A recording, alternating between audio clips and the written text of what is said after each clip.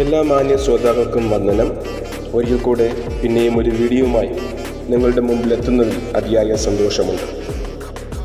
കഴിഞ്ഞ ദിവസം നാം ചിന്തിച്ചത് ഹവ്വ ദൈവത്തിൻ്റെ ആലോചനയെ അവഗണിച്ചു എന്നുള്ളതാണ്. അപ്പോൾ ഇന്നത്തെ ദിവസം നാം ചിന്തിക്കുന്നത് ഹവ്വ ദൈവത്തിൻ്റെ ആലോചനയെ അവഗണിക്കുക മാത്രമല്ല, അവൾ പിശാചിൻ്റെ ഉപദേശം സ്വീകരിക്കുകയും ചെയ്തു. പിശാചിൻ്റെ ഉപദേശം സ്വീകരിച്ചപ്പോൾ എന്താണ് തൻ്റെ ജീവിതത്തിൽ സംഭവിച്ചത്? തൻ്റെ ജീവിതത്തിൽ മാത്രമല്ല പാപം പ്രവേശിച്ചത്, അത് മനുഷ്യവർഗം മുഴുവൻ പേരുടെയും ശാപത്തിന് കാരണമായി തീർന്നു. തൻ്റെതാകുന്ന ജീവിതത്തിൽ എന്തൊക്കെ പാപങ്ങളാണ് ഹവ്വയുടെ ജീവിതത്തിൽ കടന്നു വന്നത്? ജഡമോഹം സംഭവിച്ചു, കൺമോഹം സംഭവിച്ചു, ജീവിതത്തിൻ്റെ പ്രതാപം സംഭവിച്ചു. യോഹന്നാൻ എഴുതിയ 1-ാം ലേഖനം 2-ാം അധ്യായം അതിൻ്റെ 15 മുതൽ 17 വരെയുള്ള വാക്യങ്ങൾ വായിക്കുമ്പോൾ വളരെ വ്യക്തമാണ്. ജഡമോഹം, കൺമോഹം, ജീവനത്തിൻ്റെ പ്രതാപം എന്നിങ്ങനെ പാപത്തിൻ്റെ 3 അവസ്ഥ അവളെ കീഴടക്കി. അവൾ ആദ്യം മനസ്സിലാക്കിയ ഒരു കാര്യമുണ്ട്. നന്മതിന്മകളെക്കുറിച്ചുള്ള വൃക്ഷത്തിൻ്റെ ഫലം തിന്മാൻ നല്ലതെന്ന് കണ്ടു. അതാണ് ജഡമോഹമായി തൻ്റെ ജീവിതത്തിൽ പരിണമിച്ചത്. തിന്മാൻ നല്ലതെന്ന് കാണുക മാത്രമല്ല ചെയ്തത്, കാണാൻ ഭംഗിയുള്ളതെന്നും മനസ്സിലാക്കി. അപ്പോൾ കൺമോഹം അവളിലേക്ക് കടന്നു. അതുമാത്രമല്ല, ജ്ഞാനം പ്രാപിക്കുവാൻ കാമ്യവും എന്നവൾ മനസ്സിലാക്കി. അതാണ് ജീവനത്തിൻ്റെ പ്രതാപം. ഈ 3 വിധത്തിലും പാപം അവളിൽ പ്രവർത്തിച്ചു. ഈ വിധത്തിലാണ് പാപം ഇന്നും മനുഷ്യനിൽ പ്രവർത്തിക്കുന്നത്. നാം ബൈബിളിലും ഇപ്രകാരം വായിക്കുന്നുണ്ട്: മോഹം ഗർഭം ധരിച്ച് പാപത്തെ പിറന്നു. ആദ്യം ഒരു മനുഷ്യൻ്റെ ഹൃദയത്തിൽ മോഹമുണ്ടാകുന്നു.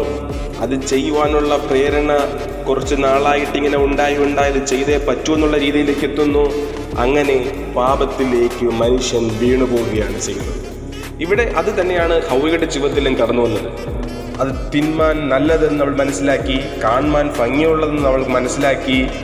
അതുമാത്രമല്ല, ജ്ഞാനം പ്രാപിക്കുവാൻ കാമ്യമുള്ളതെന്നും അവൾ മനസ്സിലാക്കുവാൻ തുടങ്ങി. അതിൻ്റെ ഫലമായിട്ട് അവൾ ആ വൃക്ഷത്തിൽ നിന്ന് ഫലം പറിക്കുകയും കഴിക്കുകയും തൻ്റെ ഭർത്താവിന് കൊടുക്കുകയും ചെയ്തു. അങ്ങനെ അവർ ഈ ലോകത്തിൽ പാപത്തിന് മരണപ്പെടുവാനിടത്തു. ഇന്നും സാത്താൻ ഇതുപോലെ തന്നെയാണ് പല മനുഷ്യരെയും വഞ്ചിക്കുന്നത്. പലപ്പോഴും പലരും പലതും ചെയ്യുവാൻ ആഗ്രഹിച്ചിട്ടല്ല ചെയ്യുന്നത്. പലപ്പോഴും തങ്ങളുടെ മോഹങ്ങളിൽ, തങ്ങളുടെ കണ്ണിനെ ആകർഷിക്കപ്പെട്ട്, തങ്ങളുടെ ചിന്തകളാൽ വലയപ്പെട്ടിട്ട് അവർ ആ പാപത്തിലേക്ക് വീഴുകയാണ് ചെയ്യുന്നത്. ഇന്നത്തെ ലോകത്ത് നാം ഒത്തിരി സംഭവങ്ങൾ കാണുന്നുണ്ട്. ഇതിനെല്ലാം കാരണമായി തീരുന്നത് അവരുടെ ജീവിതത്തിലെ പാപവും, അതുപോലെ തന്നെ അവരുടെ കണ്ണുകൾക്ക് തോന്നുന്ന ഇൻപവും, കണ്ണുകൾക്ക് തോന്നുന്ന ഭംഗിയും, ഹൃദയത്തിൻ്റെ അകത്തളങ്ങളിൽ ഉണ്ടാകുന്ന ചെറിയ മോഹങ്ങളുമാണ് വളരെ വലിയ പാപത്തിലേക്ക് വീഴുവാൻ ഇടയായിത്തീരുന്നത്. അപ്പോൾ ഇന്നും എന്നെ കേൾക്കുന്ന സകല വ്യക്തികളോടും എനിക്ക് പറയാനുള്ളത്, നമ്മുടെ കണ്ണിനെ നിൽക്കേണ്ടെന്ന നിലയിൽ നിർത്തിക്കഴിഞ്ഞാൽ, നമ്മുടെ മനസ്സിനെ നിൽക്കേണ്ടെന്ന നിലയിൽ നിർത്തിക്കഴിഞ്ഞാൽ, നമ്മുടെ ഹൃദയത്തിലെ ചിന്തകളെ നിൽക്കേണ്ടെന്ന നിലയിൽ നിർത്തിക്കഴിഞ്ഞു കഴിഞ്ഞാൽ പാപത്തിൻ്റെ കണികകൾ നമ്മിൽ പ്രവർത്തിക്കുവാൻ ഇടയാകത്തില്ല. അതിനൊരു കാരണം നാം മുൻനിർത്തേണ്ടതുണ്ട്. നമ്മുടെ സർവശക്തനായ ദൈവത്തെ സകലത്തിനും നാം മുൻനിർത്തണം. അപ്രകാരം നമ്മുടെ ദൈവത്തെ നാം മുൻനിർത്തുമ്പോൾ മാത്രമേ പാപത്തിൻ്റെ കണികകൾ ലേശം പോലും കൂടാതെ വണ്ണം ജീവിപ്പാൻ നമുക്ക് സാധിക്കത്തുള്ളൂ. വിശ്വാസത്തിൻ്റെ നായകനും പൂർത്തി വരുത്തുന്നവനുമായ യേശു ക്രിസ്തുവിനെ നോക്കിയാകണം നമ്മുടെ മുൻപോട്ടുള്ള ചൈത്രയാത്ര. പലപ്പോഴും ദൈവത്തെ മുൻനിർത്തേണ്ടുന്ന സ്ഥാനങ്ങളിൽ നാം മുൻനിർത്താതെ നമ്മുടെ സ്വന്തം ഇഷ്ടത്തിന്, സ്വന്തം ലാഭങ്ങൾക്ക് വേണ്ടി ഓടുമ്പോഴാണ് പലപ്പോഴും ജീവിതത്തിൽ പരാജയങ്ങളും പ്രതികൂലങ്ങളും പാപത്തിൻ്റെ കുഴിയിലേക്ക് നാം വീണുപോകുന്നു. അതുകൊണ്ട് അപ്രകാരം കുഴിയിൽ വീഴാതെ വണ്ണം മുന്നോട്ട് നീങ്ങുവാൻ ദൈവത്തെ മുൻനിർത്താം.